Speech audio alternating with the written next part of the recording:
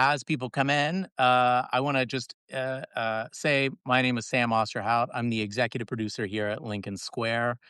And I've been really, really looking forward to this conversation today with Osita Nwanevu. Nwanevu. See, I already said it wrong. That's all right. People have said it all kinds of ways. You believe me, I'm totally inured to it by now. I'm sure my wife's name is difficult to pronounce, and she's not inured to it. It constantly makes her very angry. Um, in any case, I'm about halfway through your new book, uh, "The Right of the People: Democracy and the Case for a New American Founding."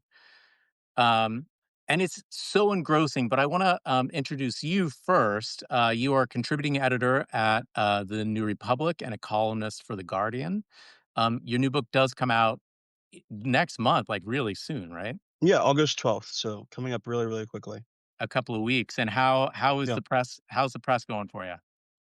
Well, this is really the first, roughish week. I have interviews every single day, Sure. this week, so I'm really getting into the gauntlet now, but so far it's been pretty alright. People have responded pretty well, and that's all you can ask for.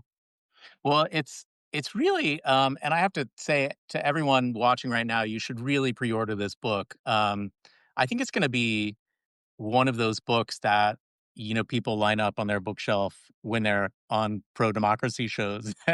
Let's hope you so. know, uh, um, I don't think I'm overselling it, and I feel like we could talk. I would love to talk to you for hours about almost all things, but I really want to focus on the book today, and particularly democracy and what we think about it because the book is engrossing, but it's also so thought provoking in how we, especially we in the political media, have been approaching this sort of current moment. Um, I want to start with a quote. You say, I believe it's in the foreword, you wouldn't know it reading most of the op eds and columns of the last decade, but democracy is damned complicated. A frustrating, maddening, mathematically vexing thicket of competing ideas. We're going to have a hard time defending democracy if we can't define it. So you talk about this sort of disconnect between what our democracy is and what we believe it is in the book. And I want to get to that disconnect in a minute. But first, I think we should set a sort of baseline. What is democracy? Well, here's where we go on for what could be hours. Um, Exactly. I think as part of, like, a personal disclosure, so I went to the University of Chicago. Mm, And for people who know that college, they have this great saying there, it's all well and good in practice, but how does it work in theory? And that's sort of the way that they get you to think about all kinds of questions, including political questions. That's just sort of like my own personal background. It's a background that means a lot to me. I've mm, covered American politics for about 10 years now, and democracy has been at the center of things really from the outset of that time. It came in during the 2016 election. Obviously, Donald Trump wins that election by electoral college victory. Fast forward to now, we've seen an effort to overturn a free and fair election on Donald Trump's part, and he's now in his second term, uh, ruling, as many people have said, like an authoritarian, like a king. And so democracy as a concern has been at front of mind for people in all kinds of ways in that time. Um, but it struck me, as I wrote about American politics, as I wrote about Donald Trump, and as I wrote too about, democratic politics, the fact that so many people wanted to do things like Medicare for all or Green New Deal and so on, that would be very, very hard within our existing political institutions. It struck me that we needed to sort of think through, number one, like what is democracy in the first place? What is this ideal that we're defending?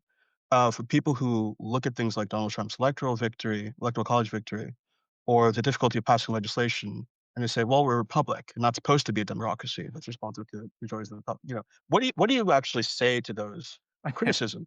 And what do you do with the fact, too, as we saw in this past election, that as much as you and I might take it for granted that democracy is good, sensible, just, there are many Americans who've lost faith in that, who've lost faith in the democratic ideal, who don't think that democracy, as they understand it, works for them.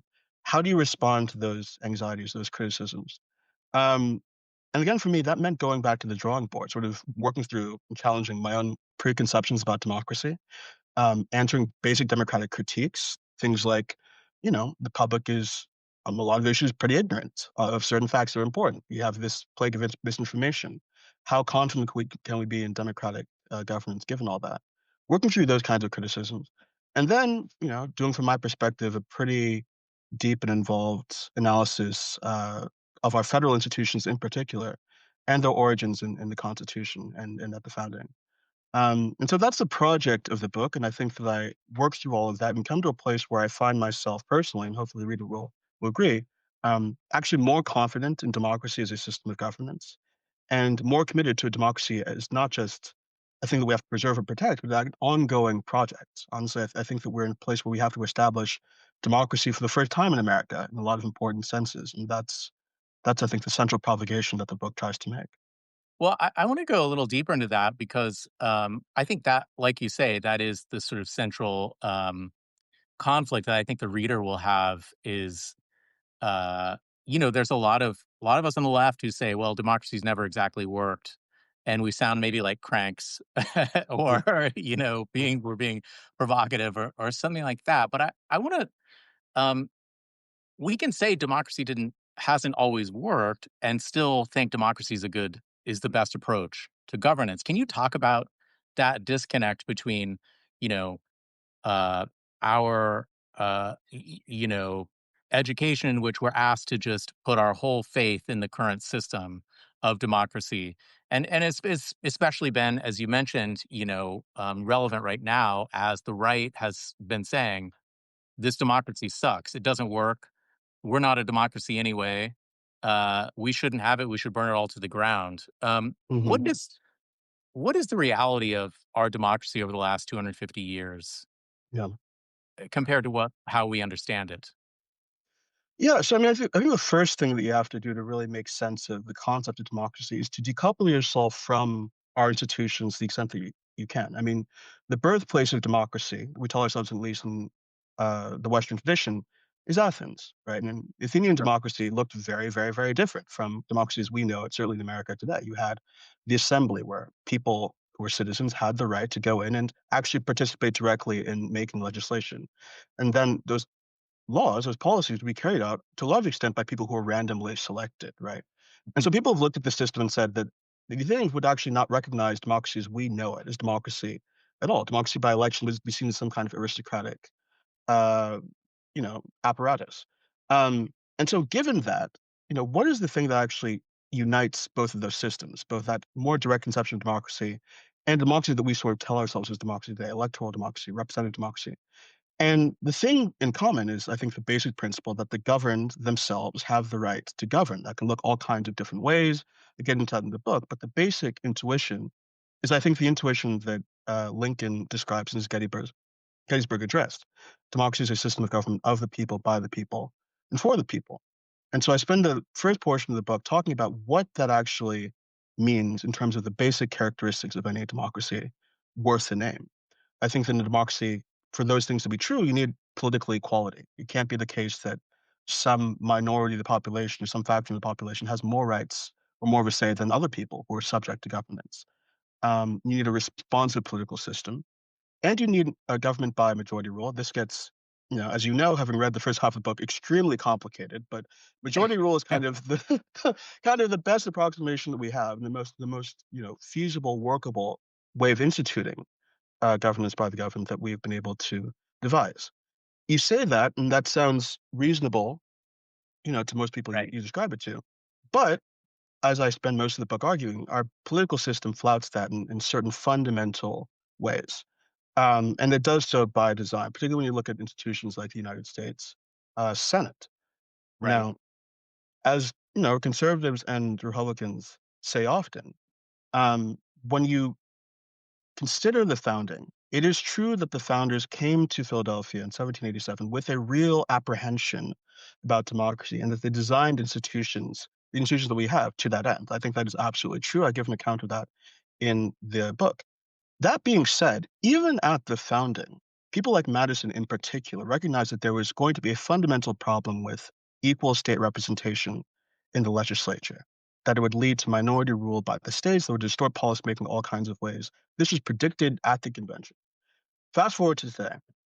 California, a state of about 40 million people, if it were its own country, it'd be one of the 40 largest countries of the world, one of the largest economies in the world.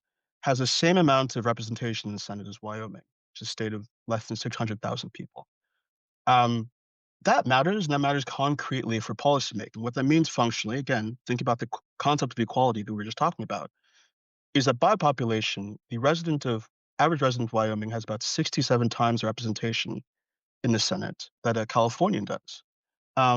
We'd be fools to think that that did not have some kind of impact both on, the tenor of our politics, the character of our politics, and also the kinds of laws that we end up passing and enacting. So, on that very, very basic level, one of the fundamental structural features of our system, the Senate, um, is pretty far out of whack from the democratic ideal, and it's more out of whack, I should say, too, by international comparison. And people have done the math and Right. figured out that the Senate as an upper house is more malapportioned than any other upper house in the developed world, except for I think Argentina and Brazil.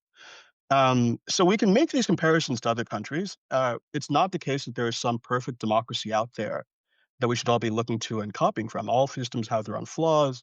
These ideals are ideals that we're always going to struggle to sort of meet perfectly. Um, but there's a kind of spectrum that I think reasonable people can make judgments about. Just like, there's not a checklist of things that definitively make somebody a liberal or definitively make somebody a conservative.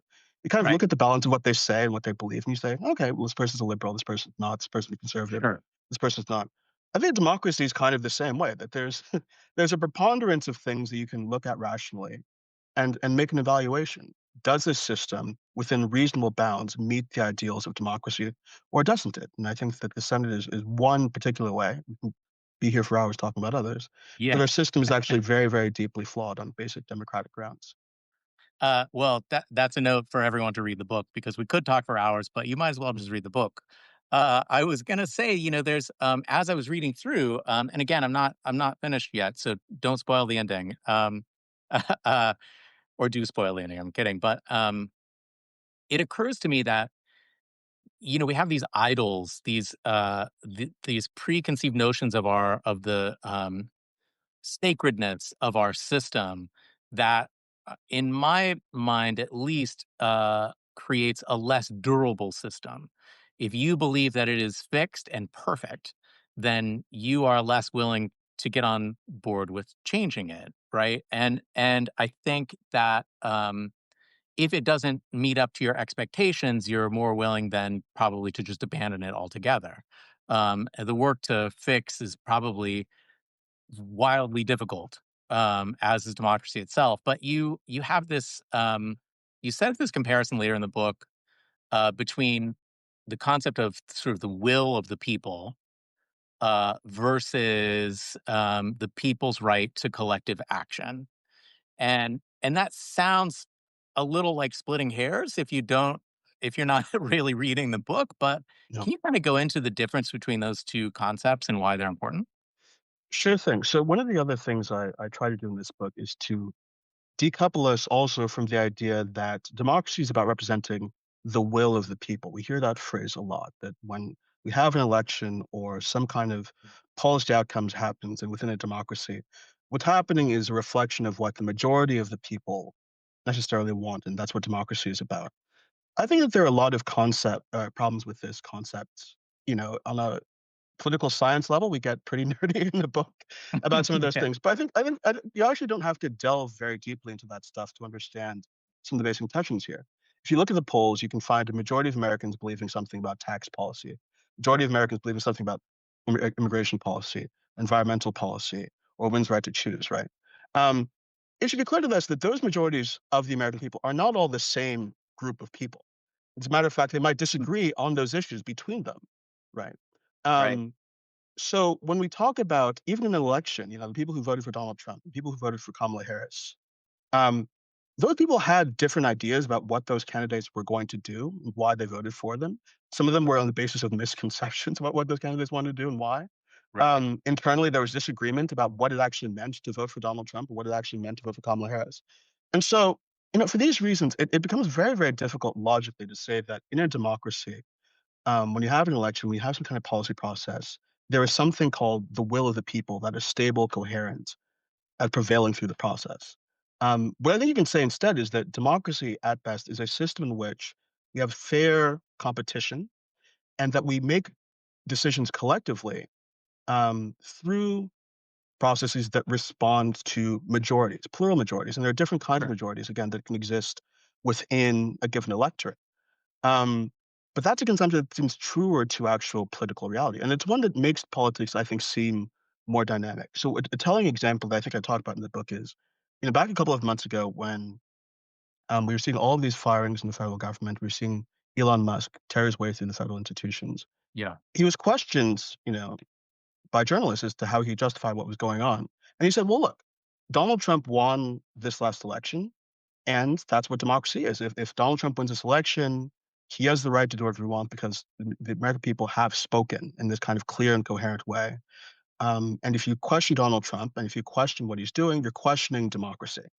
That is a conception of what democracy means that is rooted in, again, this kind of idea that there is a single voice that we all speak with when an election Right. comes in, which is not the case. Obviously, people who did not vote for Donald Trump did not want this to happen.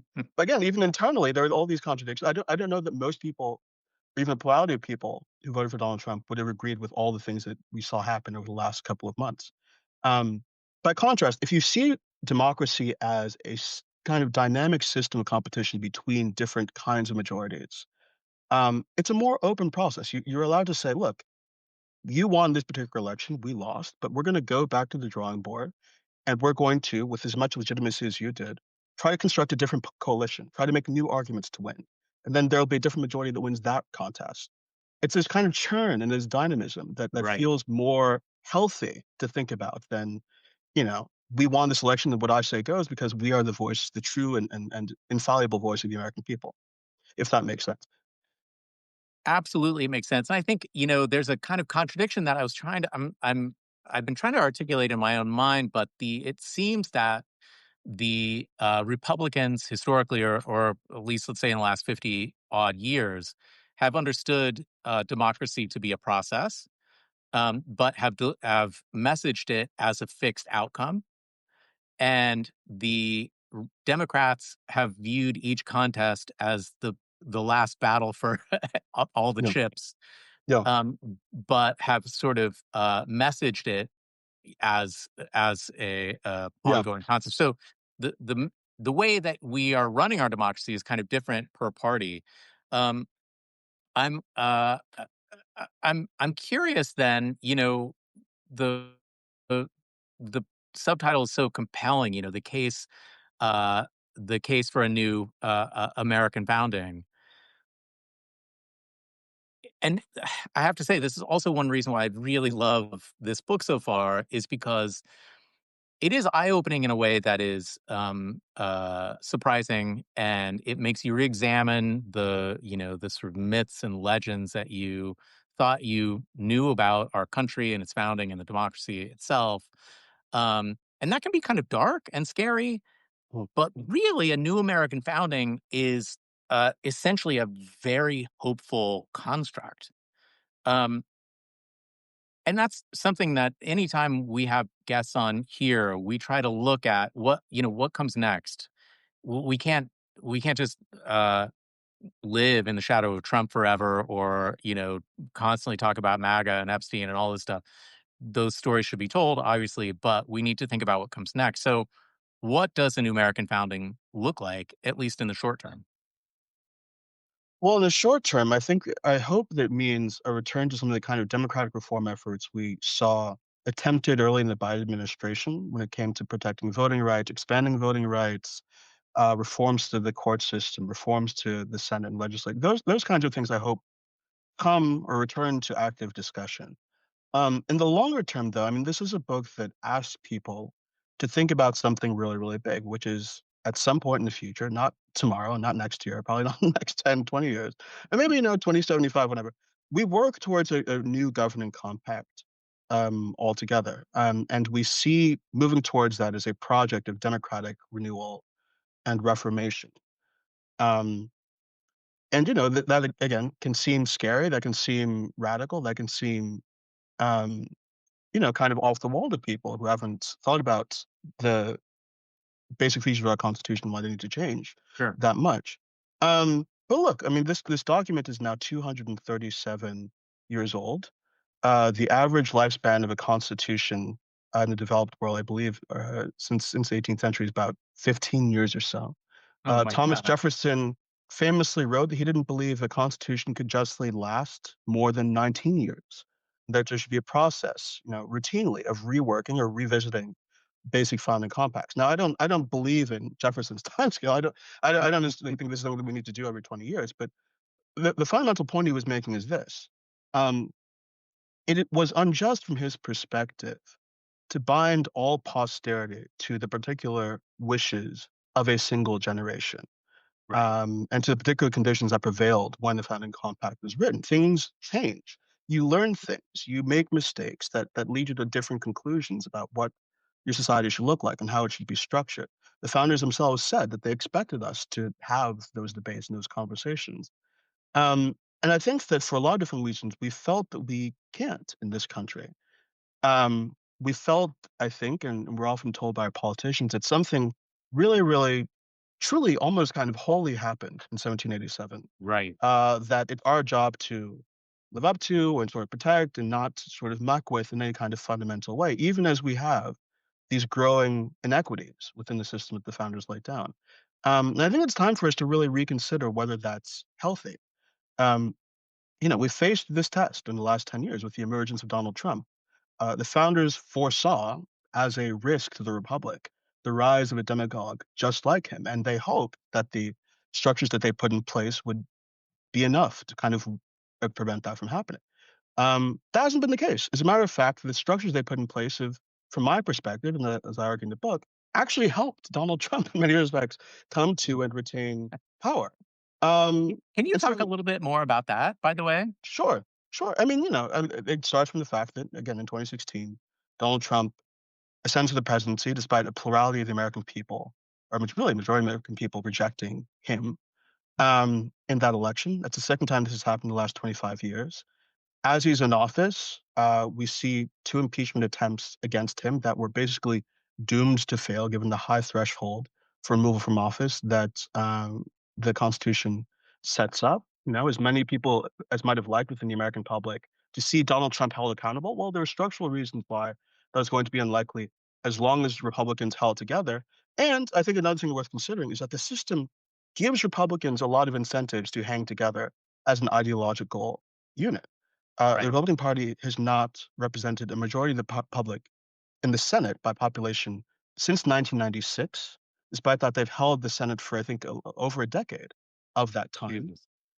Um, and even when they don't actually hold the chamber, obviously they wield a tremendous amount of power, given the design of the chamber and its structural features.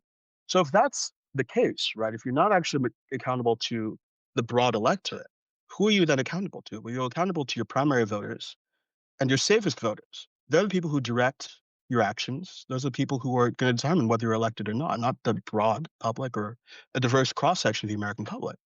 Um, and to me, and there's people have also made this observation, whether it's, I think it's Levitsky and Ziblatt, Ezra Klein's written about this. Yep. Those incentives, those incentivize extremism, those structural features. If it's easier for you to win elections, you're only appealing to a certain segment of the American public. Um, you're driven further and further and further to the fringe without any kind of real accountability from more representative electorate. And so that's, I think, part of the reason why we've seen the radicalization on the right. We've seen the willingness to embrace and support and sustain Donald Trump. Um, so anyway, this is all a way of illustrating that we have basic problems here. Even the things that the founders hoped would prevent us from falling into the hole that we're now in haven't really worked out.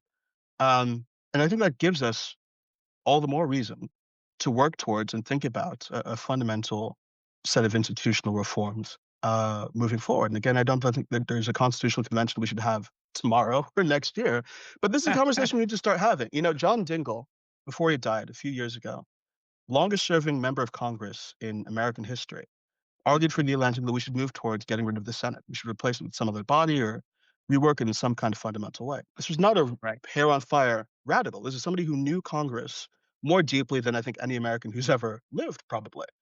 Um, so we have real challenges to overcome here and think about overcoming in really, really big ways.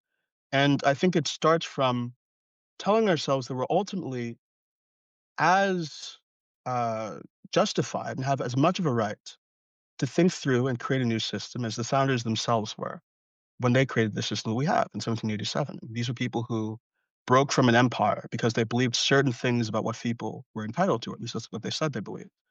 They made these appeals to what human beings were fundamentally about, what we fundamentally deserve, and they crafted institutions that they thought would meet and fulfill those ideals. Now, more than 2 centuries later, well, we've learned a lot about what they've created. We believe in equality even more deeply than they did. Uh, Right. there's this thing called political science that was not really disciplined in the late 18th century, but it's developed into one. We have all kinds of countries around the world who've developed their own democratic and republican governments that we can learn from. Why shouldn't we set ourselves on the course to crafting new institutions ourselves? Why shouldn't we think of ourselves as founders? I think that that's kind of the forward-looking vision I'm hoping to inspire in people, to give themselves a sense of real agency at a moment where I think people distrust our institutions and are looking for a real affirmative vision for the future. This is what I'm trying to, I think, accomplish in the book. And that's one of the things I really love about it. And because as you know, you and me are both covering this bullshit every day, every day, Yeah. and it is so dark and so depressing. And I think there's a tendency for audiences and readers and anyone who says from the pro democracy side, as it were, um, to live in a sort of doomscape, um, and imagine that the goal is to burn down the right. And I feel like, to a large degree, uh, you can't build a government around tearing down. Um, and I think that one thing that it made Obama so popular, at least from his messaging, from a messaging standpoint, particularly in the campaign, was his ability to give us permission to sort of hope, to sort of think of a future in which we wanted to live and do the work to build it out. And I think that's also what this book does. If after getting to where I am in your book now, if we could have a constitutional convention tomorrow, I would be totally for that. Mhm. I Yeah. don't know. I think it would be a little rushed tomorrow, but Yeah. I'm wondering about, uh, as a storyteller, as a member of the media, how should media be covering this shift from sort of nominal democracy into autocracy, and then how do you cover a movement out of it if you have a fixed mindset? Yeah, I mean, I think it starts from being honest about what the actual sources of dysfunction are Right. here. I mean, Donald Trump is terrible. No, I don't. I don't think anybody reasonable in this country, uh, would dispute that he is wrecking democracy as we've known it, or our institutions as we've known them. That's worthy of coverage, and that's worthy of condemnation. But again, there are a lot of different structural reasons that have helped him along and that have brought us to this point, and that, beyond Donald Trump as an issue, have made it really, really hard for us to pass the policies we want on issues from gun control to, immigration policy, environmental policy. There are a lot of things that have actually, you know, led to a kind of stratification or a kind of calcification of things in Washington. That thing has created some of the frustration that drew people to Donald Trump. Obviously, these institutions, Washington is working for us. Why not send somebody in there who's going to be a wrecking ball and tear things up and somehow, by virtue of his own personality, whatever, finally get things moving again in the interest of me, the working person. Um, if you don't explain to people, you know, why Washington and why federal governance hasn't worked in the ways that people have hoped it would.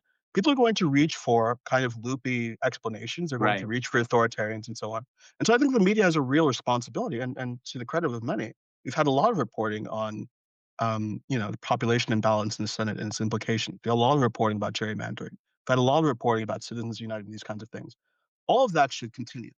Um, I would also say that, as you've kind of suggested here, it's important to be forward looking, at least if you're, in the privileged position of being an opinion writer like I am and sort of have the right to sort of make arguments about where we should be going. Hmm. Um, I think that those of us who do that kind of political writing and believe in democracy have an obligation to be as forward-looking and optimistic as possible. Uh, I was really kind of pained by the way that people responded to November.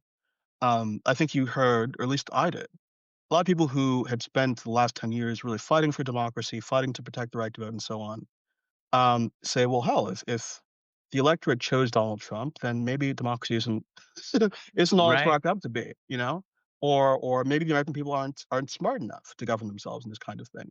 Um, we have a real responsibility not to fall into that kind of despair, to accept democracy and to believe in it. It means you have to be more than a fair weather friend to it. You have to accept the fact that we're going to make mistakes, we're going to stumble, we're going to fall. Um, but you should also believe democracy is a system in which we have the capacity to learn from those mistakes, right? That's how we learn anything, even as individual human beings. You err, you make errors, and you dust yourself off, and you pick yourself up, and you do better the next time, from your own experience. Um, Democracy, unlike autocracy, unlike rule by oligarchs, whatever you happen to be, it uniquely has that kind of feature and that kind of capacity to make us, at least that's the hope, and that's the hope I think we should be promoting out there. Um, so yeah, I think that we have a responsibility to be forward looking, and I think that's true, especially for those of us on the left. Um, I think that over the last 10 years, we've seen a lot of writing, a lot of discourse about the fundamental character of the United States, the fundamental character of America, Right. and what we ought to do with it. The 1619 Project and these kinds of things that I think inspired really, really important discussions about our past, led us to reckon with certain things that we have not really taken seriously enough, in our political discourse and our social discourse.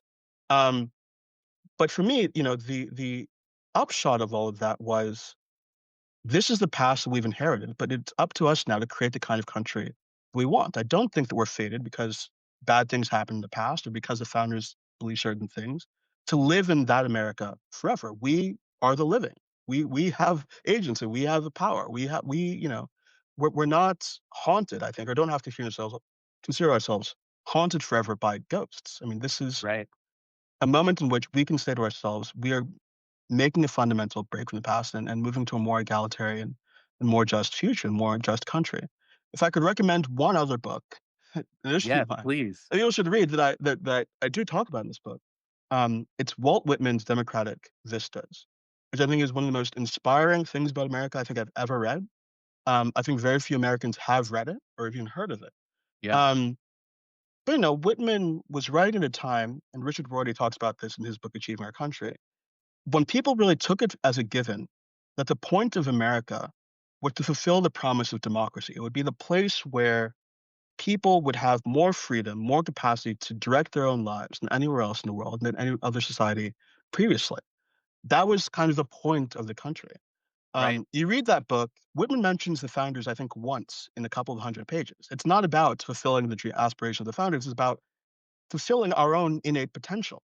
Um, that to me remains a very powerful vision of what America can be, what America should be. And again, one that might be resonant at a time now where people are looking for a sense of direction, looking for a sense of purpose, looking to understand if there's any kind of America that's recoverable for them, given all that's happened in the last decade and given all that's happened in our history. And I think that there is one. And I think that democracy has to be at the center of that. At least that's my pitch. Yeah, and I think, our, host, Stuart Stevens, always talks about the idea of, creating a more perfect union. In other words, we're not seeking some finish line. The promise that this project is built on making something more perfect, not perfect, means that we all have a role in that process. We can all contribute to that, and uh, that is for me at least, the fundamental excitement of democracy. Um, Having a purpose and serving, your community in that way. You say in the book, and I'll wrap up in a sec, but I love this quote. You say, "But we have ample reason to believe democracy remains preferable to rule by kings and elites." And you go on to say, because it gives us unparalleled agency to shape the conditions of our lives, allows for dynamic governance, and offers us fair procedures that help us mitigate and mediate conflicts. Democracy is the most sensible means imaginable for managing our collective affairs. And I think saying it's the most sensible is not saying it is the ideal angelic No, platonic no. form of governance. It is actually the most sensible, and I think when people talk about being pro democracy, I would love to think that their impulse is is just creating a shorthand for all of the things that you say in this book, and that is my hope. I want to thank you for joining today, guys. You gotta pick up, or you gotta pre-order. It's still in pre-order. The Yeah, Right of the yeah. People, Democracy in the Case for a New American Founding. It is illuminating and inspiring. I think it's the book you'll be talking about it come fall. And otherwise, where can we find you? You can find me at ositawanavu.com. But I'm also, as you said at the beginning, a contributing editor at the New Republic, columnist at the Guardian, and a writer kind of all over the place, including Yeah. too much writing on social media. So you can find me on X and Blue Sky as well, for better or for worse. Wonderful. Well, thank you so much, and good luck with the book promo. I really love this book, and I would love to have you back in the fall if you're available. Thank you so much. Really appreciate it. Thanks. Thank you, Osita. Okay. Bye.